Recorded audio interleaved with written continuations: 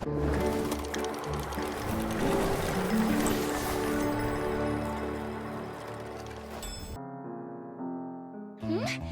dark in here. Wait here, Mr. Morris. I think the light switch should be somewhere over here. Why did I have to get roped into this? What was that?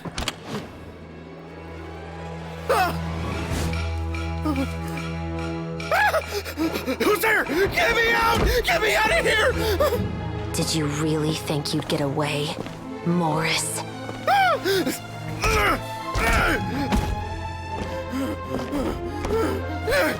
You've got the wrong guy! It wasn't me! I'm not the killer! You know, Eliza died a far more heroic death than this. She fought your assassin to the end, to save the children she had hidden beneath the floorboards.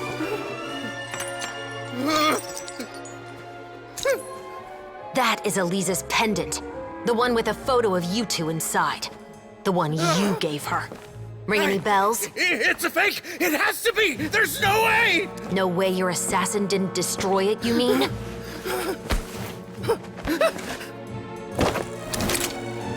Did you ever love her, Morris? Or was killing her always the plan? No, please. Listen to me. I told Eliza to keep us a secret. I paid her plenty for her silence. I never thought she'd keep the child. Everything was gonna come out, and I had no choice. She'd force my hand. No! I'm begging you. I have money. Just name your price, please. You can keep your Mora, and you can go to hell.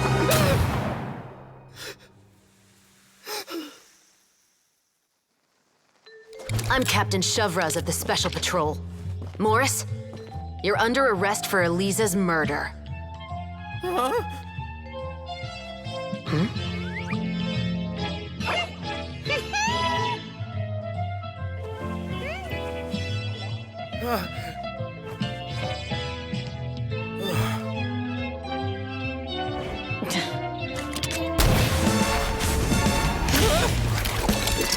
You're under arrest too, Prop Manager Veronique. Or perhaps I should call you the Second Musketeer.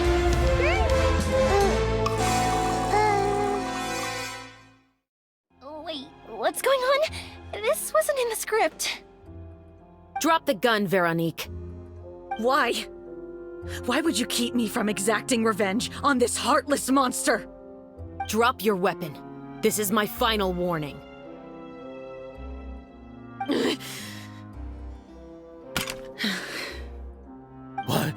What is going on?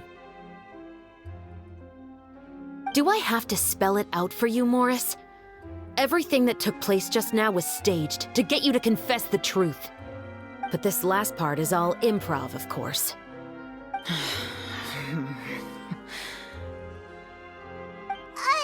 Shivers, you told us you wanted us to help you stage a play. You never said anything about the Second Musketeer. It's because even I had no way to confirm my theory until now. Thank you for your performance, Yoimiya. Could I trouble you to go and bring in the other Special Patrol members? They should be on standby just outside. Oh, and please tell the other cast members not to worry about us. We'll be rejoining them shortly. On it!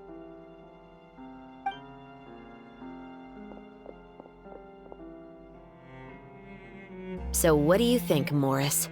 Care to talk about what happened 20 years ago? My patience is limited, you know. Don't force me to take you back to the interrogation room. I'd wager that you wouldn't last for more than a minute in there. With the recording we made, you have no chance of winning in court. Cooperating with us now is the most practical move. All right. I'll talk. I hired an assassin to murder Eliza. She once worked as a maid on my family's estate. She was very beautiful, and after some time I fell for her. We kept our relationship a secret and carried out an affair for some time, but it wasn't long before she became pregnant. And if my parents ever found out, they would have stripped me of my inheritance and status, driven me out of my home. I also didn't expect Elisa to insist on bringing the pregnancy to term. She even asked me to leave my family and travel far, far away with her. She believed that you were truly in love with her.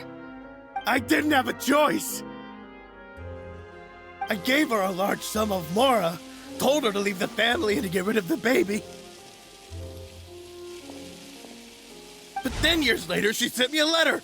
There were photos of 2 children, and she even asked if I could find some time to visit them. Huh? 2 children? Paimon thought Baptiste was the only... You mean... Even if she had the children against your will, you could have just ignored the letter entirely. Why kill her? I had just gotten engaged to be married to an heiress from another wealthy family. So if anyone were to find out about Elisa, my life would be completely ruined. I didn't have a choice. No. You always had a choice. You just made the wrong choice. Again. Do you know how it feels to watch your mother be killed right in front of you? My brother and I were hardly even school age yet. We were hidden beneath the floorboards, grasping each other's hands like a lifeline. We were so terrified that we didn't even know we could ever take a breath. All we could do was to watch Mother try to fight back, and then collapse to the floor. Even after the assassin left, we were still too terrified to leave our hiding spot. We thought that he might come back. It was only until the next evening when we finally climbed out and gathered around our mother. But she had already become cold and stiff to the touch. You made up your mind right then and there to bring this case to light. Not only that, we resolved to get our revenge. And that's why you became the Musketeers. No, that's why I became a musketeer. The man from before was also killed by me. My brother had nothing to do with it. I figured as much. You did? I once told these 2 that he didn't look like a killer to me. His confession from that night also rubbed me the wrong way. I think what really tipped me off was, how could I not feel a sense of regret in him? Huh? He confessed faster than any criminal I've ever met, but he didn't say a single word about you. He insisted that he was the sole perpetrator in the case. But after the questioning ended, I disassembled the musket we dug up from his backyard, put it in front of him, and told him to reassemble it. Wanna guess how far he got? He had no idea where to even start. He's never touched a gun in his life. Based on that, I determined that he was not acting alone. He only surrendered himself to draw our attention and create a moment of opportunity for his partner. So, I decided to play along. And as expected, the second musketeer followed us without hesitation once she saw Morris get separated from the rest of the cast. Besides, why else would he call the novel The 2 Musketeers? But how did you know it was Veronique? I figured it out the moment Baptiste told me his father's name. That so-called financial crisis was all just a ruse.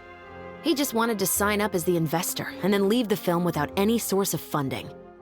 After all, he has a vested interest in minimizing the reach of this story. It's really just the same thing as what he did to Elisa all those years ago. Human scum. But then Xavier pulled out all the stops and got the film made against all odds. Morris couldn't have that. With the killer in custody, he figured it was safe to act. And so he came to visit the set today, just as I expected. Wait, so you were behind all those mishaps today?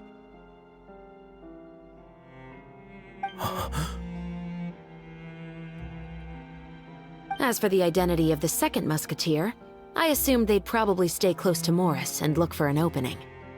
And if they already knew that Morris was the film's investor, then that narrowed the list of potential suspects as well. Furthermore, being the props manager would allow the culprit to avoid scrutiny by purchasing mechanical parts in the name of the crew. With that hypothesis in mind, I went back to check Baptiste's orphanage adoption records. Guess whose name I saw on the same page, just a few lines from his. My brother. He trusted you. As in, he trusted me to perform the deed on his behalf? He trusted you to stand on the side of justice. I am. I thought you could do it as well. Oh, the look on your face when you told him to go to hell. I really thought you'd put a bullet in his brain. You know what he has done. Are you telling me that you'd rather see him spend the rest of his life living like a king in the fortress of Meripede? I will never be able to forget the feeling of my mother's cold, lifeless hands. And you would call this ending fair? Is this what you call justice? I won't lie, Veronique. I did hesitate when your brother first told me about the truth. I wondered. I agonized over whether I should really put a bullet in his head. So why don't you? Because that should never be how justice is carried out in this world. Perhaps, to you, justice is simply reciprocated. An eye for an eye, and a life for a life. But everyone has their own understanding of justice. If everyone were to pursue their own definition of it, there would be no more order in this world. Today, you'll kill Morris, and tomorrow, his children may come for you. The world cannot render judgments based on a desire for revenge. That will only lead to a cycle of revenge, as well as the destruction of order and civilized society. Fontaine is founded on a set of laws and a standardized code of justice. That is why we are the nation of justice. But with all that said, I will promise you this. Morris will not lead a cushy life in the fortress of Meripede. Chevreuse, the rest of the special patrol is here. Thank you so much, Yoimiya. Letelier, Terena, please take them away.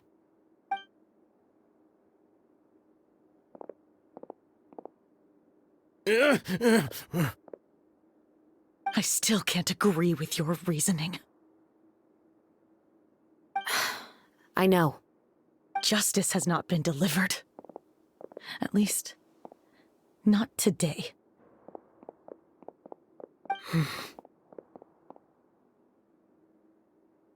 Chevreuse. Let's go. We should give an explanation to the crew. Thank you for your concern. I'm fine. I'm just thinking about the things in life that have driven people to take justice into their own hands.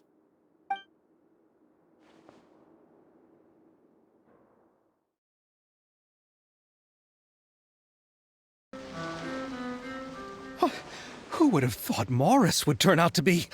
I'm at a loss of words. How could he have done something like this?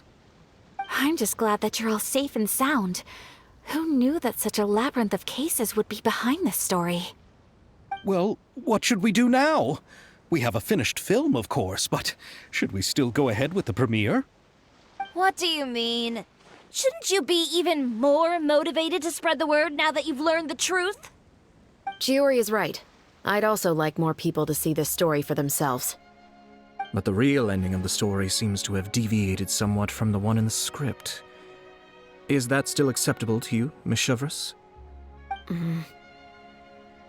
The call is yours. We still have time to reshoot an ending if that's what you'd like. No, it's fine as is. I like what we have for the catharsis.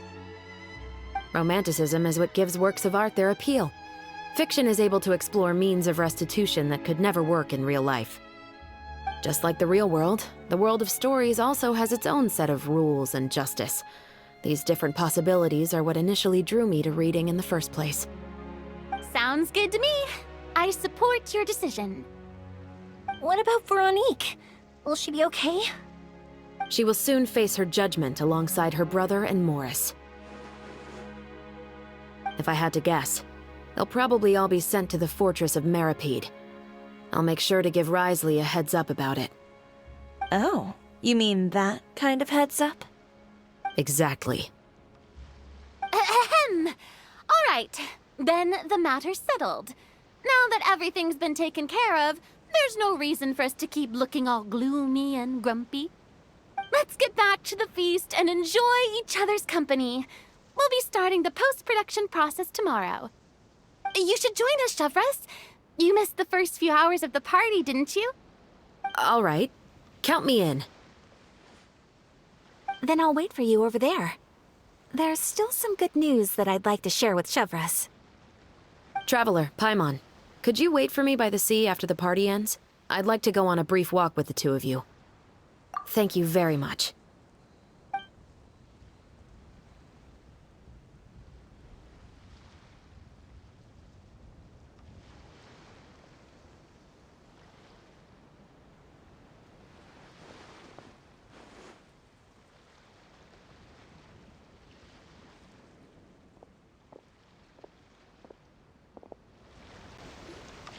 Sorry for the wait.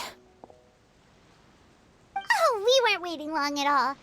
Is there something else you wanted to tell us? No, I don't have anything new to share. I just felt that since you were my investigation partners, I should have another conversation with the two of you.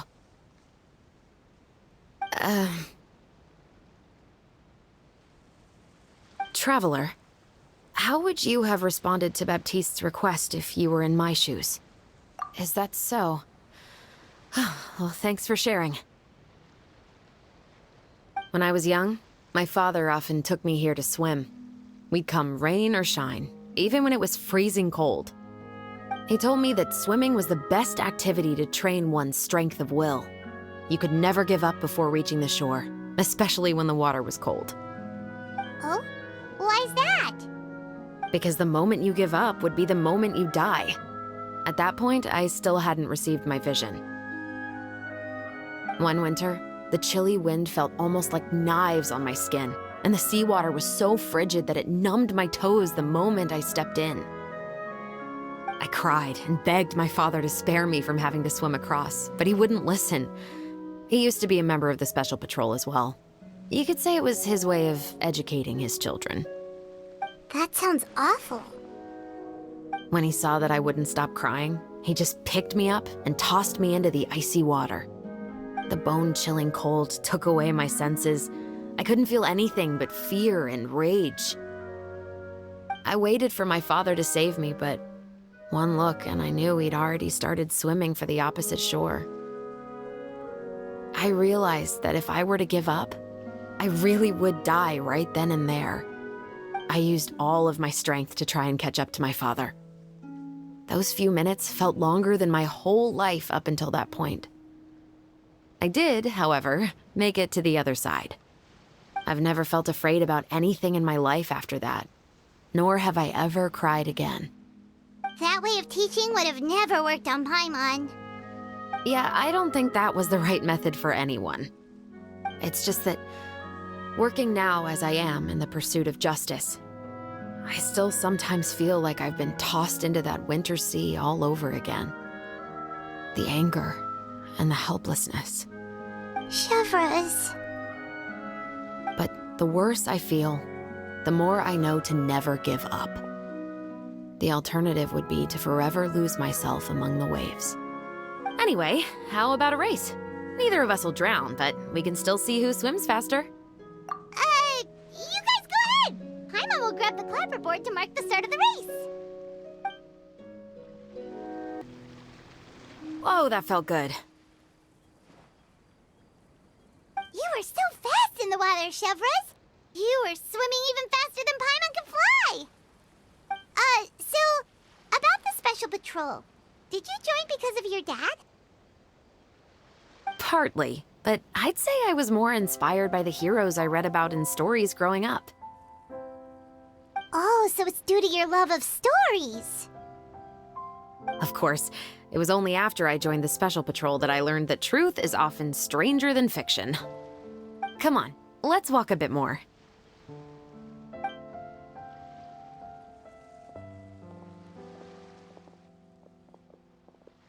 To be honest, I do sometimes question whether the decisions I make are the right ones. But I know that no matter what, I must keep swimming. Because the only thing I've got my eyes on is the shore in the distance.